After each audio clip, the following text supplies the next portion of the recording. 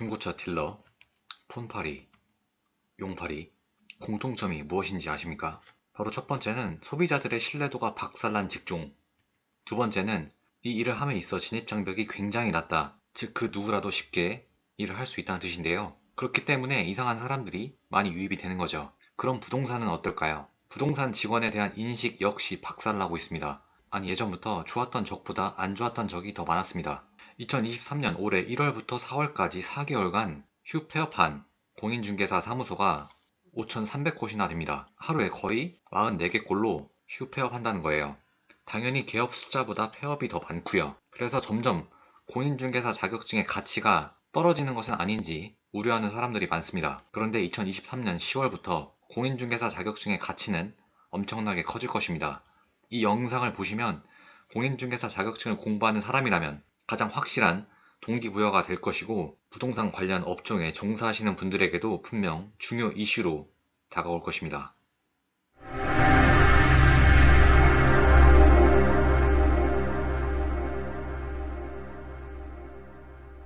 안녕하세요. 온라인 건물주입니다. 2023년 10월부터 공인중개사 자격증 가치가 올라갈 것으로 생각을 하는데요. 그 이유를 알려드리겠습니다. 기사를 한번 보겠습니다. 중개보조원이요. 공인중개사하고만 이야기하겠습니다. 전세 사기의 중개보조원 기피, 공인중개사 사칭 우려, 현장 안내, 일반 서문은 합법, 기타 월권행위 주의해야.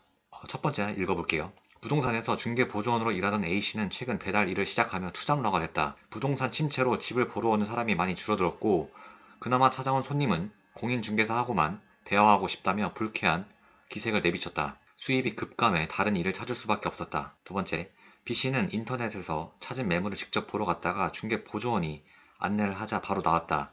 최근 중개보조원이 공인중개사를 대신해 계약을 체결한 전세 사기 사례가 떠올라서이다. 온라인 커뮤니티에도 중개보조원이 소개하는 매물은 무조건 걸으라는 조언이 많다. 전세 사기 위험이 전국으로 확산하면서 중개사무소에 대한 불신이 커지고 있습니다.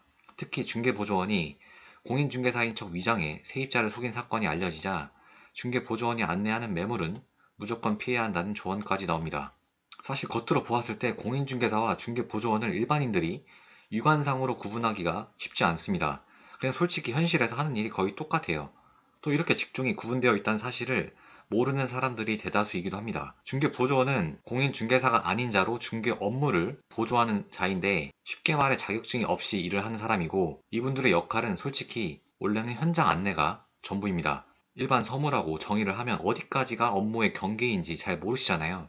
근데 어찌되었든 금액 조율, 일정 조율 등 중개 관련 일체 행위를 해서는 안 되는데 솔직히 현재 중개보조원 모든 분들이 이런 중개 관련 일을 하고 계시기도 하고 다방, 직방 등 플랫폼에 광고 올리는 행위 역시 안 되나 그냥 아무렇지 않게 다 하고 있습니다.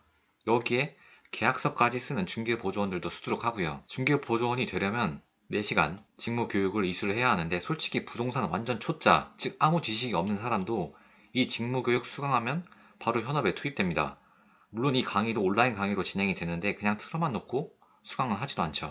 솔직히 이 중개보조원 제도는 개판 중에 개판이라고 생각합니다. 근데 여기서 관건은 의무인데요. 앞으로는 중개 의뢰인, 즉 손님에게 본인이 중개보조원이라는 사실을 미리 고지해야 한다는 건데요. 손님에게 저는 중개보조원입니다. 이 말을 안 하게 되면 어떻게 될까요? 과태료 500만 원 받습니다.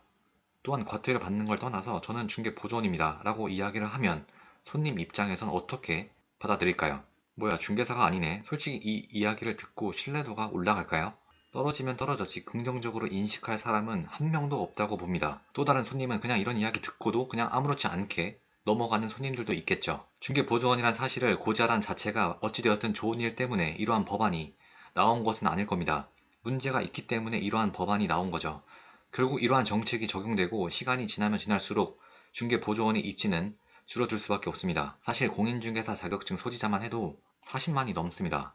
여기서 개업 공인중개사 숫자가 제가 알기로 한 11만? 언저리로 기억을 하는데 이분들만 해도 절대 적은 숫자는 아닌데 여기에 중개보조원까지 난입을 해서 피 터지는 경쟁을 하다 보니까 부동산 중개시장이 하향 평준화된 것도 명백한 사실입니다. 이러한 전문성이 부족한 중개보조원들이 점차 시장에서 없어지다 보면 부동산 중개업계도 신뢰도가 분명히 상승할 거라고 생각을 합니다. 물론 공인중개사 자격증을 가진 공인중개사라고 해서 모두 다 천사는 아니고 악성 중개인도 많긴 많습니다. 어찌되었든 자격증은 없지만 중개보조원으로서 일정 경력이 있는 사람도 중개보조원 고지 의무로 인해 손님이 계속 떨어져 나가다 보면 밥벌이를 계속 할 수 없기 때문에 공인중개사 자격증을 따야 될 필요성이 예전보다 훨씬 올라가겠죠. 물론 아무리 공부해도 자격증 못 따면 그 부동산 업계에서 스스로 나갈 수밖에 없게 될 겁니다. 지금까지는 손님들이 부동산 직원들을 보았을 때 누가 공인중개사인지 누가 중개보조원인지 전혀 구분이 안 갔기에 이러한 점을 악용해서 영업만 잘해가지고 높은 수익을 가져가는 중개보조원이 많았습니다. 하지만 앞으로는 양장한 지위가 달라질 수밖에 없죠. 사실 이게 맞는 거 아니겠습니까? 공인중개사 공부를 하시는 분이라면 당연히 아시겠지만 중개보조원의 잘못도 개업 공인중개사의 책임입니다. 아무래도 중개보조원이 공인중개사 자격증을 공부한 사람보다 부동산 중개 과정에서 잘못을 일으킬 가능성은 상대적으로 높은데도 불구하고 개업 공인중개사, 즉 사장은 이들을 왜 고용했을까요? 바로 중개보조원이 공인중개사보다 급여가 낮기 때문입니다. 당연히 사장 입장에선 비용 지출이 적어지니까 이들을 고용했던 거죠. 특히나 부동산 업계에서는 기본급이 없는 경우도 많아 사장 입장에선 이들, 즉 중개보조원을 고용하는 게 큰 부담이 없습니다. 사실 부동산 중개는 신뢰가 가장 큰 밑바탕이라고 생각을 하는데 작금의 현실은 어떨까요? 부동산 직원들을 바라볼 때 이런 눈으로 바라보지 않나요? 신뢰가 솔직히 거의 없는 게 현실입니다. 한편 이러한 중개보조원 고지 의무 제도에 회의론적인 시각을 갖는 사람도 있습니다. 과태료 500만 원이 많다면 많을 수 있지만 굉장히 적은 금액이다. 즉 중개보조원들이 크게 신경을 안 쓸 것이다 라는 의견. 그리고 서두에 언급했듯이 그냥 일반 대중들이 중개보조원과 공인중개사 이러한 직급 자체를 아예 모르는 경우가 많습니다. 그래서 중개보조원이라고 이야기를 한다고 손님들에게 크게 와닿지는 않을 것이다. 마지막으로 중개보조원의 잘못은 그를 고용한 사장에게도 책임이 있는데 사장인 개업 공인중개사가 자기는 중개보조원 고지 의무 제도를 중개보조원에게 잘 설명했다라고 하면 책임이 면제되는 내용이 있어 실효성이 없다라는 의견도 많습니다. 이러한 회의론적인 시각을 떠나서 2023년 10월은 부동산 중개업에 있어 신뢰 회복의 시작이 되길 바랍니다.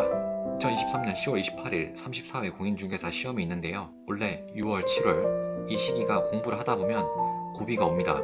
매너리즘에 빠지게 되죠. 제가 서두에 이야기한 것들을 참고를 하셔서 공인중개사 합격에 대한 동기부여를 확실히 얻어 가셨으면 좋겠습니다. 여러분이 그렇게 힘들게 공부하는 이 자격증의 미래 가치는 현재 체감하고 있는 가치와는 차원이 다를 것입니다. 해당 글귀를 끝으로 영상 마치겠습니다. 다음에 더 좋은 영상으로 찾아뵙겠습니다. 감사합니다.